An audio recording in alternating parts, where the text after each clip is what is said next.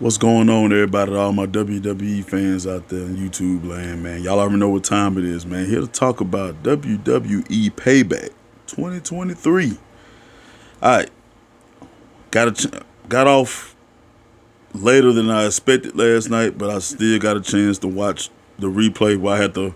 I watched it where where it was, and then I went back and watched the remainder. Yeah, but this pay per view was decent. It had a lot of high points. I think I think they put all the high points at like the first half of the show, and then like after that, it just kind of started, to an average pay per view. But for the most part, man, I enjoyed it. It was good.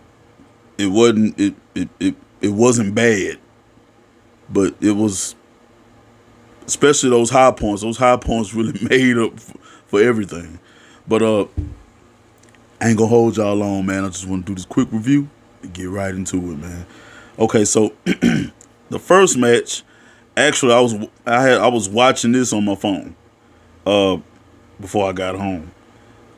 The first match was Becky Lynch versus Trish Stratus, the steel cage match. Yo, they left all that shit in the ring. When I tell you this match was dope, this match was dope as fuck.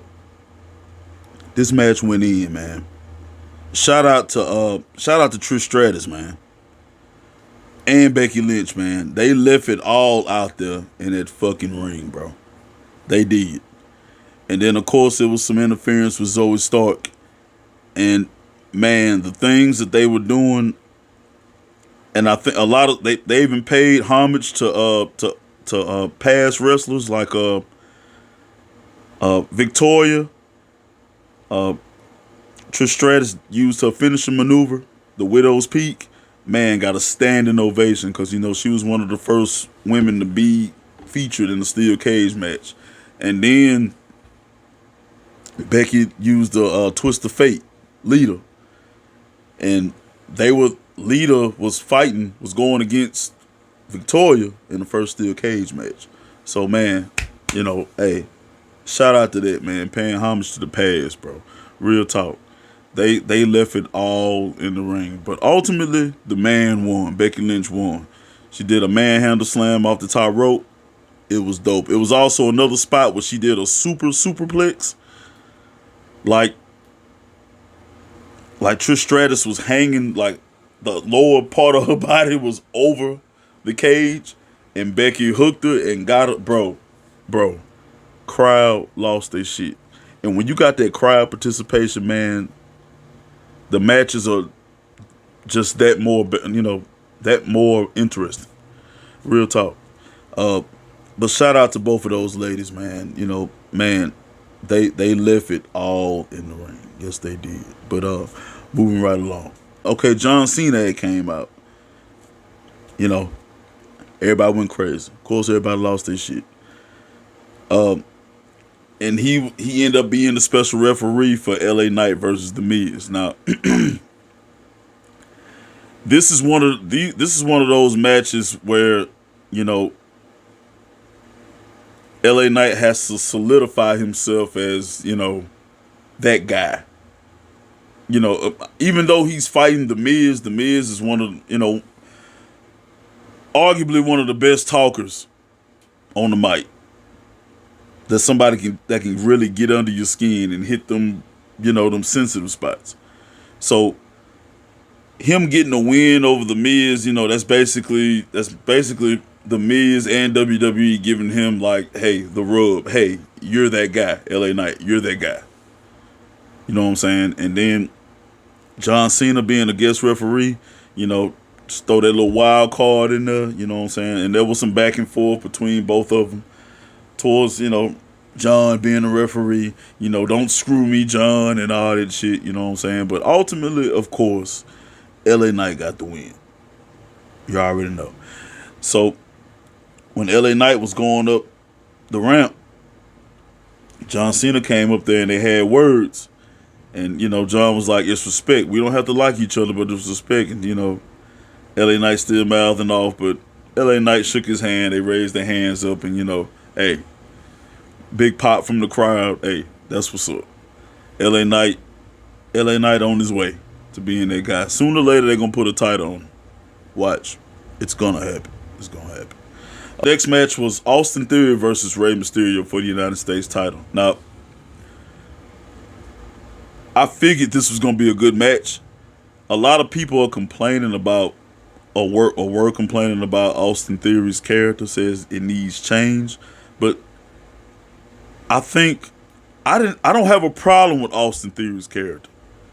He's a brash young piece of shit, punk kid. I mean I think that's something that WWE is kind of missing, because he's desperate. He's gonna do whatever he has to do to get to that main event spot. And ain't nothing wrong with it. That's the name of the game. But I already figured that they weren't gonna put the United States title back on Austin Theory. And of course, Rey Mysterio pulled out the win. He came out there with the LWO. So, shout out to Rey. Shout out to Austin Theory, man. It was a great match. It was really good. It was a good match.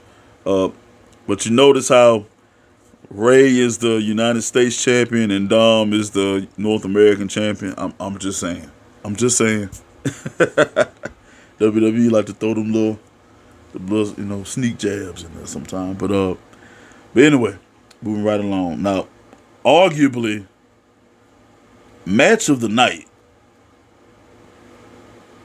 Finn Balor, Damian Priest, Judgment Day versus Sami Zayn and Kevin Owens for the undisputed tag titles. Just like Becky and Trish did, they left everything out there in that fucking ring. Fuck it, they left everything out there in that arena. I'm talking about chairs. I'm talking about KO jumping off one of the rafters, doing a swanton through the table on the Damian Priest. I mean, man, it was a good ass time. This was a great match. Just old school hardcore style match. Anything goes, no disqualifications. And it was a lot of shenanigans with the other members of the Judgment Day. Even JD McDonough even got involved, and he got his ass flattened. Real shit. And he took that bump like a champ. Hell yeah.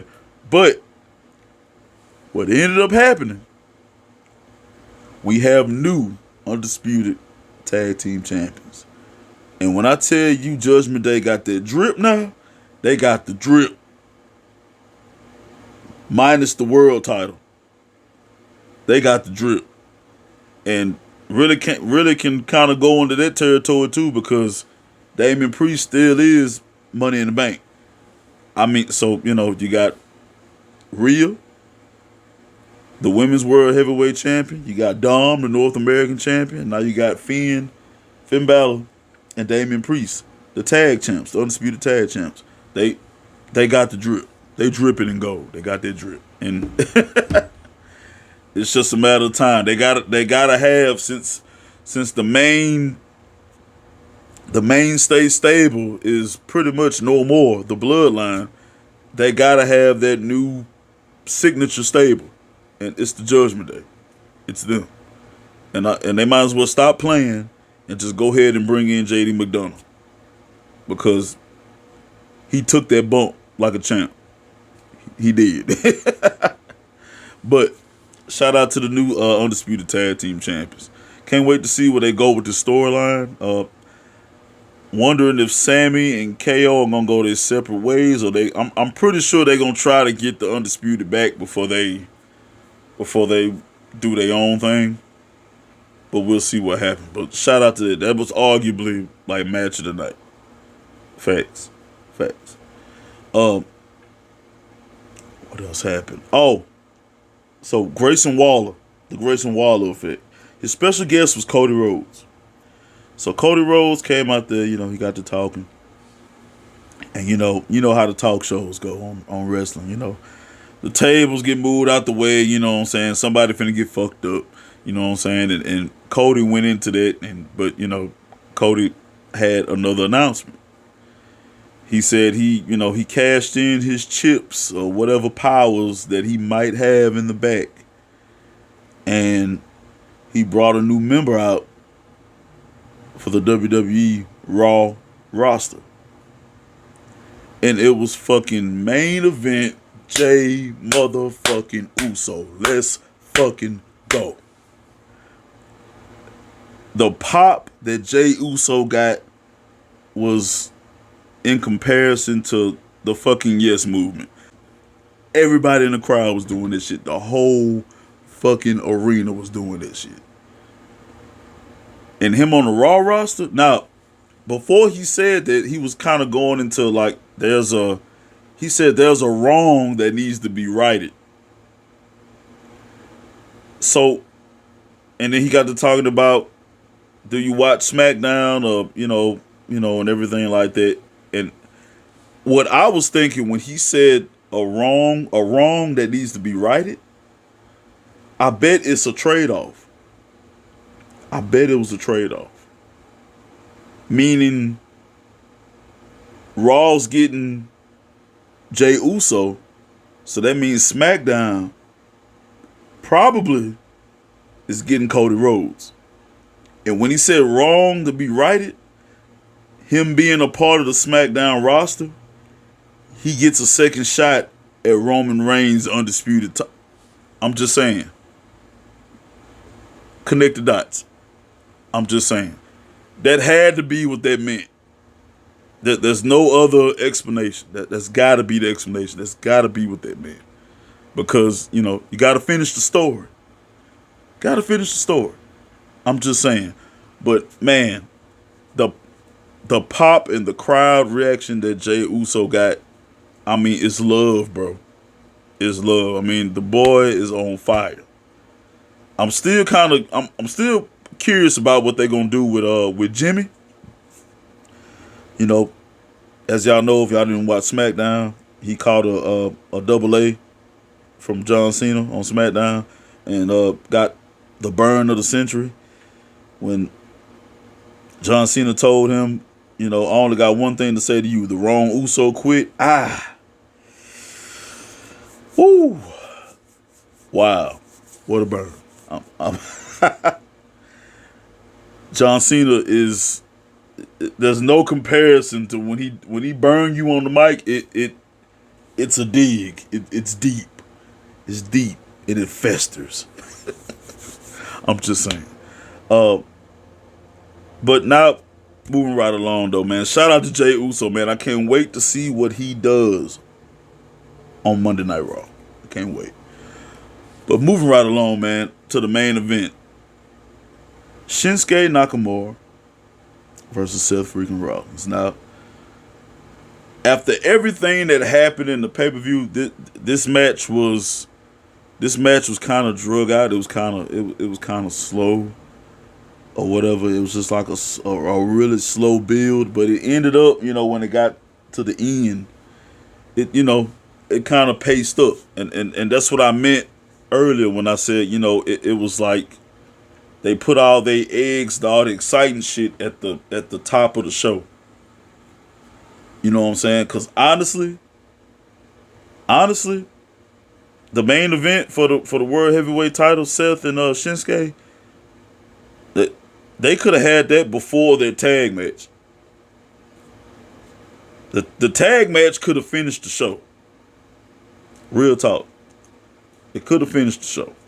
I'm just saying. But, and it was a lot of speculation. Oh, Damian Priest is coming out there. I was like, if Damian Priest come and cash this Money in the Bank in successfully, that's a fucking they are going, the Judgment Day are going to be all powerful, and they ain't gonna be able to be stopped. But that didn't happen. But as it picked up, it was a good match. It was a good match. Like I said, it was a little slow at first. It just, the pacing was just felt like it was a little drug out. But the crowd was once it started picking up, the crowd really got behind Seth Rollins and Shinsuke. So you know what I'm saying? Two great athletes, two great performers, man. But at the end, it was kind of weird when he hit the curb stomp. You know, of course Seth Rollins got the win, and he kind of just sitting there, and then all of a sudden the camera switches over, then it switches back. Shinsuke outside the ring, he just kind of standing there looking.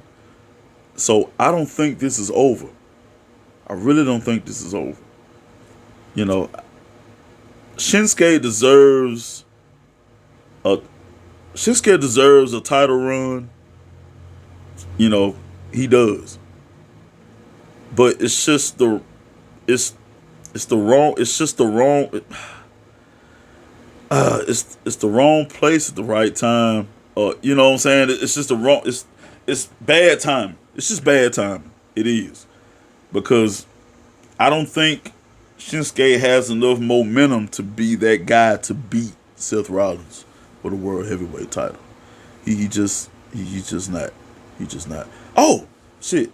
And forgot about the women's World Heavyweight title match. Rhea Ripley versus Raquel Rodriguez. Jesus. Yeah. They were beating the hell out of each other. They were going back and forth. This was a good match. It's about time Rhea Ripley had a legit fucking opponent, because so far her title run ain't really been shit. Love her character. Love her character to death. Love the whole mommy, dirty dom, dynamic. I love it. I'm all for it. But her title reign ain't been shit. It hasn't. I'm just glad they got her a legit opponent and somebody that can overpower her ass. And this was a great ass match. And due to interference of her Latino heat, Dirty Dom, and still your women's world heavyweight champion, Rhea Ripley. Like I said, Judgment Day got the drip. They are that premier faction. Hey, that's it. But like I said, all in all, man, it was a good show. It was a good show. But it was just a little. It was a little. The last half of it, especially with the main event, it was just the pacing. It was just slow. It just got really slow. You know what I'm saying? So, hey, can't wait to see what happened on Monday Night Raw. Definitely looking forward to Jey Uso joining the Raw roster just to see how things shake up. And another thing, Chad Gable is fighting Gunther for the Intercontinental Championship on Raw. Now, do I think Chad Gable gonna beat him? I don't think so. When they get to talking about, this superstar is on the verge of breaking the record, it's not gonna happen. It's not gonna happen. Gunther is gonna beat Honky Tonk's man's Intercontinental record. It's gonna happen. He's gonna do it. I'll be shocked as hell if Chad Gable wins this belt. But hey, we'll see what happens. As usual, y'all comment down below what y'all think gonna happen on Monday Night Raw, and make sure y'all like and subscribe, man. God bless the fade. Whoa.